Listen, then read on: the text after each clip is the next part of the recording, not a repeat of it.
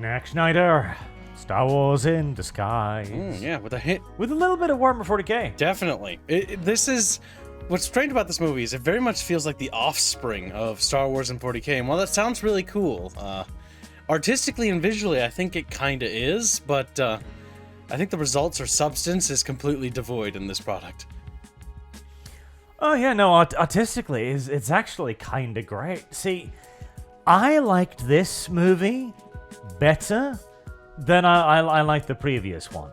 Because at least this one has a plot that begins and then goes to a little bit of a climax and then ends. Whereas the preceding movie, well, I mean, it's kind of just this movie, which is the problem. The same movie was repeated twice for reasons. Yeah, the story beats are about the same, but the conclusion is slightly different. And what's weird is the pacing. The pacing is slow and really bad, but at the same time, at least it stays on subject. Because in the first movie, we're just traveling all over the place, gathering characters, and barely any screen time for anything. And in this movie, all the heroes are assembled on the planet, right, where the rebel moon is, and they just sort of stay. We stay on this planet throughout the entirety of the movie.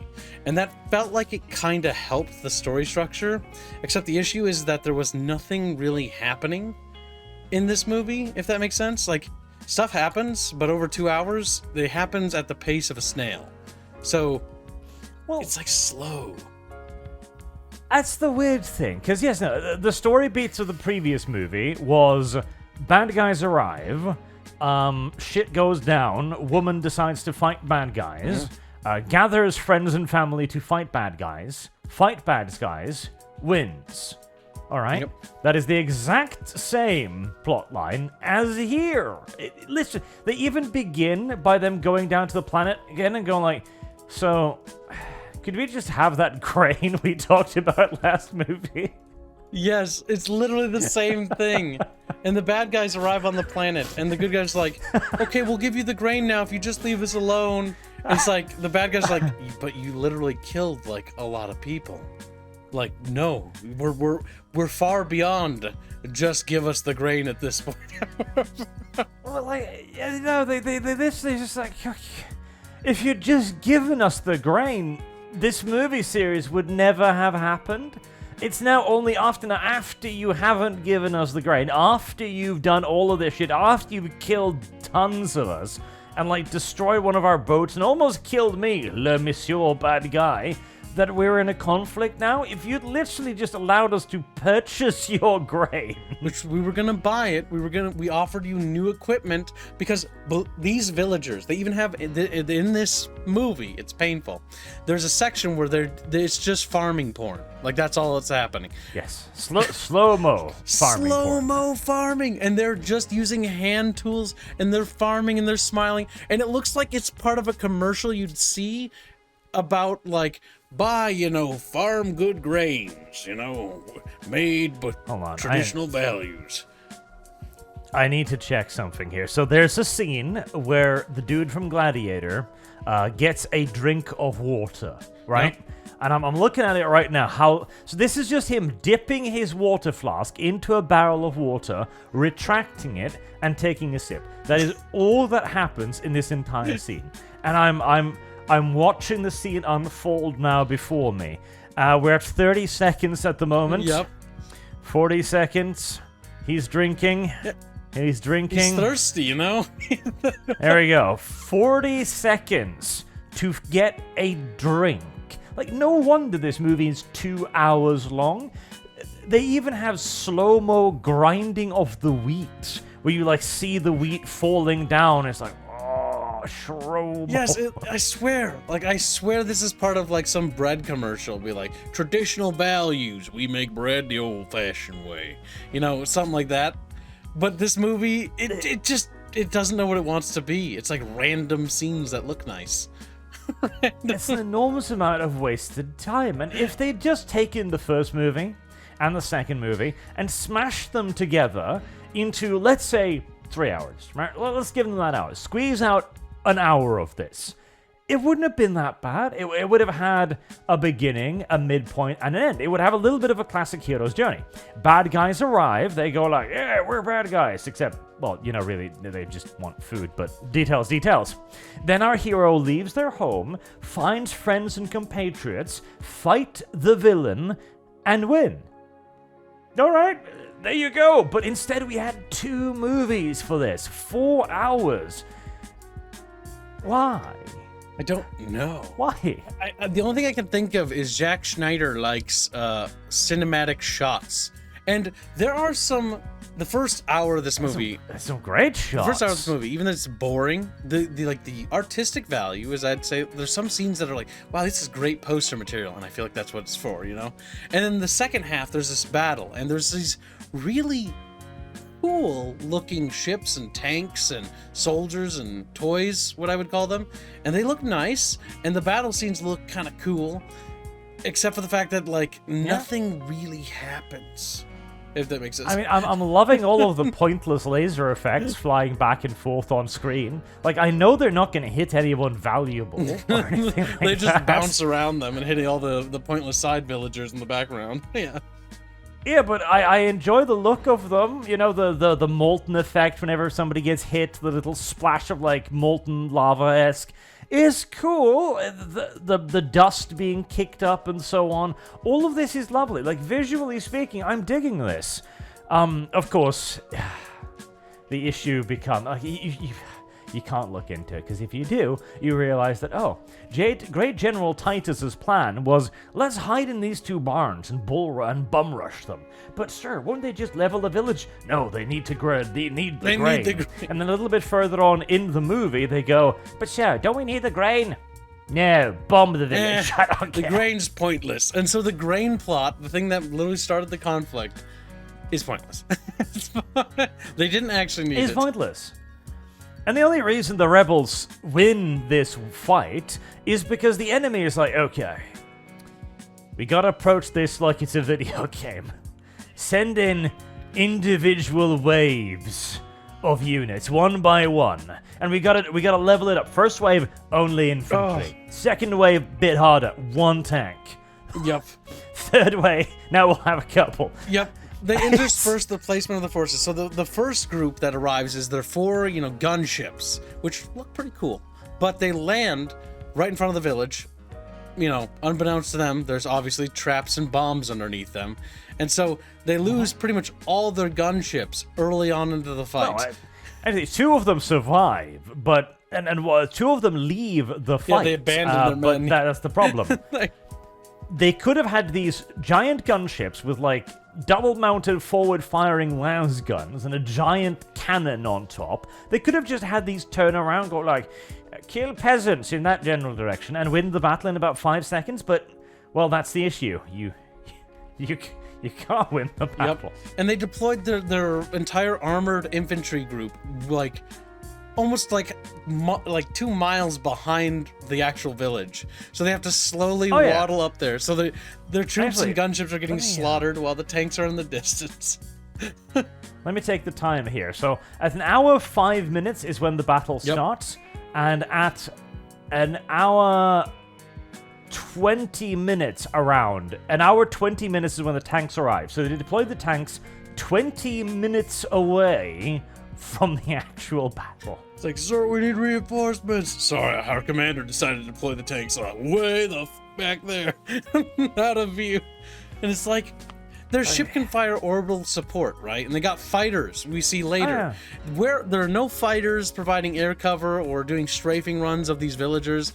The literal dreadnought in orbit isn't providing any sort of fire support to the infantry. Well, the infantry are being mauled in this village.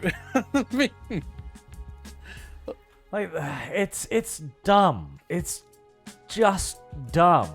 And the reason is because you can't have these people lose.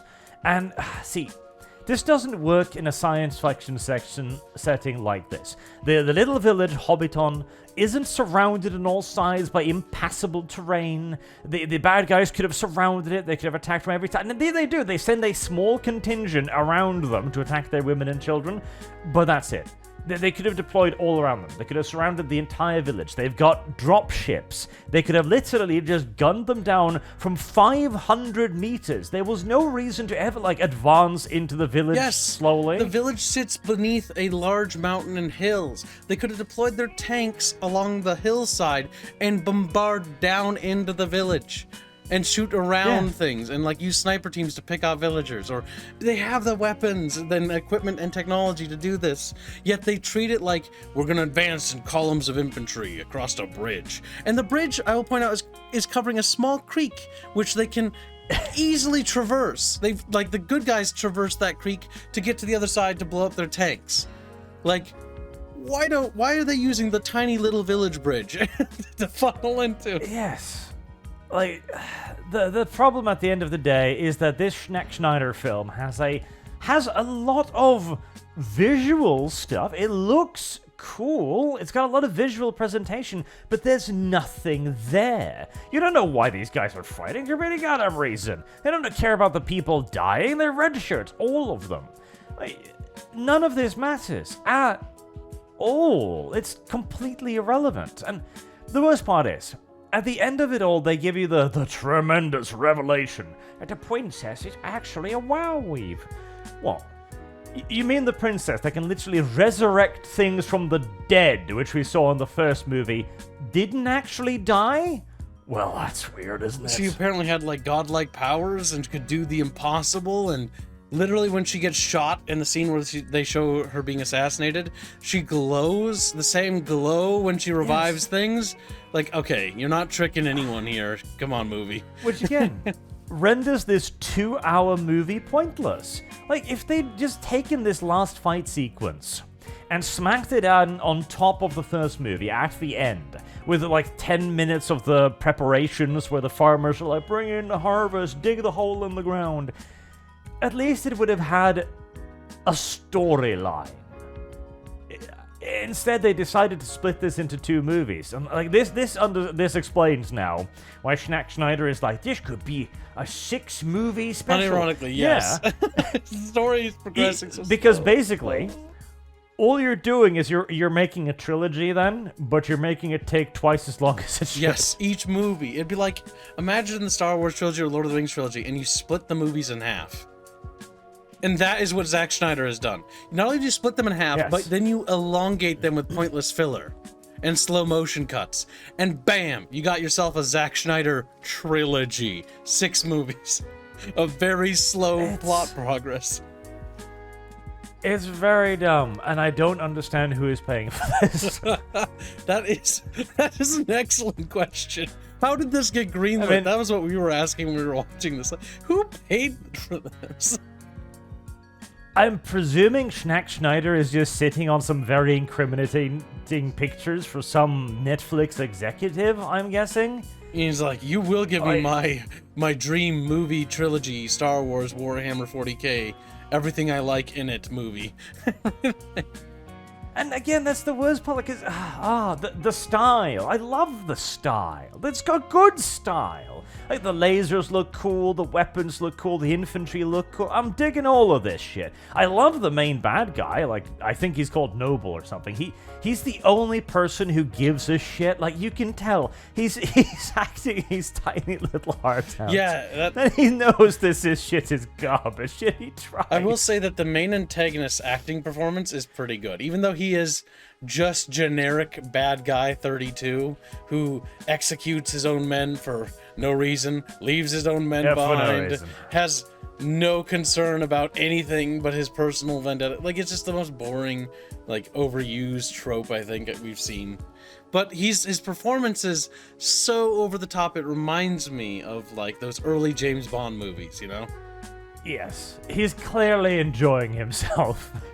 At least somebody is, because God, the movie's just not very good otherwise. The other actors, the quote-unquote heroes, I can't remember any of their names except Arthur Leis, and that's because her name's dumb.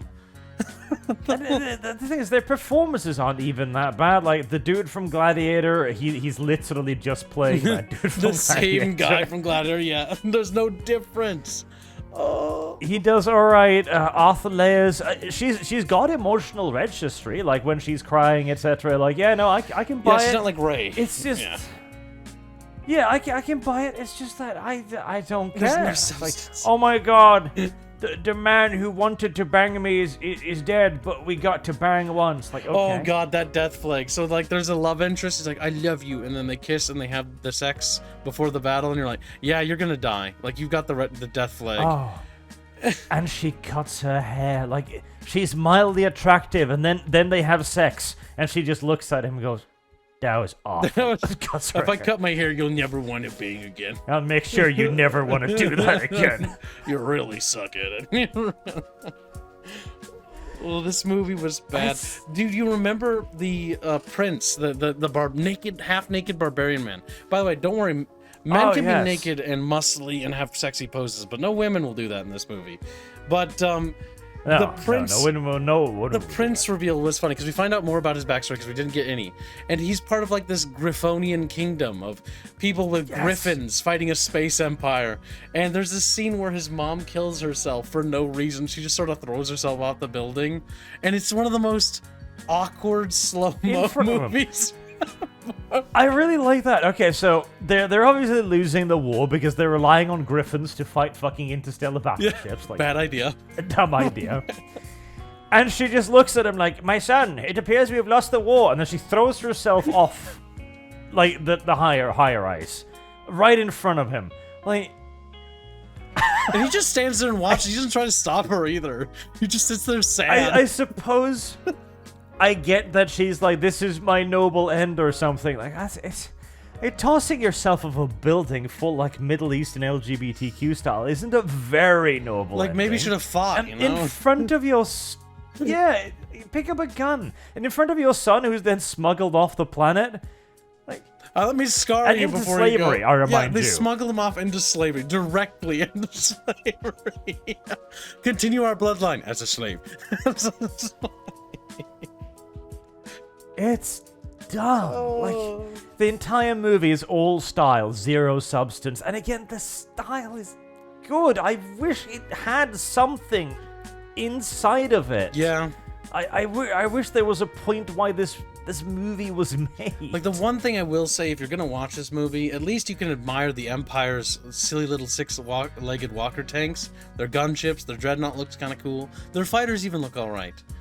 But, like, and the troops look cool, and the guns are bulky, and they got that 80s, 90s feel to them, where it's got this bulk to it, and it looks awesome. Problem is that it's just, everything about the story is really stupid. Especially how they're really laying it on thick now about the Belisarius plot. Belisarius, you know, Roman Greek name. And it's going like, yeah, the Senate. Oh, you know, we's just Romans. We space Romans. Oh, God. They literally Caesared in the Senate, the king's Yes, they house, where did. they dress up in togas with daggers and they stab him. And there's even a scene where the king goes like, Belisarius, what are you doing? Doing Belisarius, you wouldn't betray me, would you? And he turns around, I'm gonna betray you. They pull out little daggers, and it's literally just the Julius Caesar scene. They're wearing togas. There's even a band playing music, which is kind of funny, you know, as they're being murdered. The band doesn't stop playing as they stab Caesar. They just kind of keep going. They were paid, you know, they don't really care. Musical accompaniments. Oh, God. If Zack Snyder was set to make the visuals of everything, and somebody else wrote everything, this could be okay. Like, because they even try to, in today's episode of Zack Snyder Likes Everything, they try to feed in a little bit of Aliens here too, where the core, the energy core of the Dreadnought is like this giant weird monkey thing eating spaghetti. And that's how they run their shit. Yeah, it's like a sentient machine, its eyes open, and it looks at her as she's planting bombs on its forehead. And she almost looks remorseful for planting the bombs on it. I'm like, are these ships powered by living organisms? I mean, that's kind of a cool idea. But the issue is that they don't really explore that at all. They don't really do anything with it. Yep. They just sort of move and on. they adjust the enormous orbital bombardment cannon with a crank wheel. Like it's an old AA gun. The guy's like leaning in, and it's literally A New Hope. Remember when they're gonna fire the Death Star? It's like, you may fire when ready, and it zooms in, and like he's like spinning these wheels on the cannon to slowly turn it. He says it too. You may fire. You may fire. And then right as they're about to fire, it blows up. Like, this does feel like there's a lot of elements, because there's like these Mechanicus dudes in this movie as well. So it's like Star Wars and 40K, you know, produced a child. Except the child came out with no soul because it was made by GW and Disney. Yep. That's what that is, more or less. I think that aptly describes it. A little bit of Lord of the Rings there with the farming sequence in Hobbiton. Yeah. And today we added in a little bit of Alien because we figured that was what this movie really lacked. A little bit of Alien. It's just really like what we said in the previous review. Zack Snyder likes X, so Zack Snyder puts X into movie, despite whether it makes sense or it fits. It doesn't matter. Zack Snyder likes X. And I mean, I guess on the bright side, it's not very woke. That's yeah. I mean, besides the Empire being, you know, all white, but you know, don't worry about it. And they're fighting and oppressing minority space civilizations who are all backwards and savage. But don't worry about it. Well, Kyle, they conquered the entire galaxy. What other skin color would you expect them to be? I mean, at least Zack Snyder's got his priorities set straight, right? You know, it's got a little bit of Anglo-imperialism there. Hold on. What's worse is, remember, their only general who ever failed was Titus. That's true. Black guy. Oh my God. He was weak. He was weak and impure. What did Zack Snyder mean by this? My God, we can intuit quite a bit here. And Artheleus betraying the Empire, and she's a woman, and the Empire's got only military male leaders.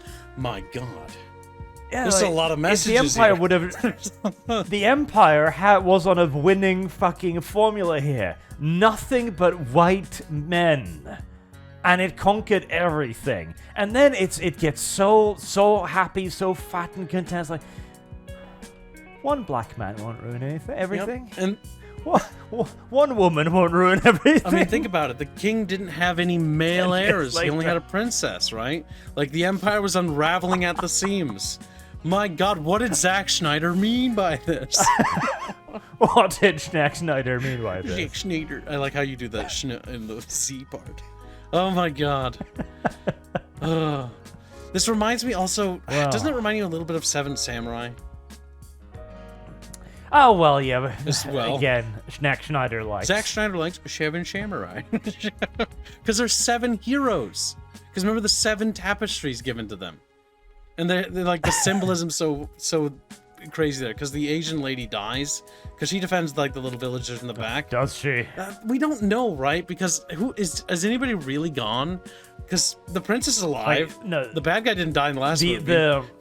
The love interest is dead because he had his full 30 seconds staring up into the camera scene. Unless that happens, nobody's dead. That's true. Chinese chick probably alive. Main bad guy had his head chopped off. He's gonna walk that shit off. I mean, he fell like 100 meters onto a solid rock surface. He got stabbed through the chest, through the back, with not a laser sword, but a superheated blade that flash boiled his organs. Right? Then he gets, severed in half by a door, and then he gets his head sliced off by the superheated sword. And then he falls down. Yeah. 100 meters in the side of a spaceship, and the spaceship explodes. If he lives, that's some serious bull. Listen, if Darth Maul could live, so could this guy. Darth Maul did get severed in half too, and what did that really do? He just came back. Not a big deal.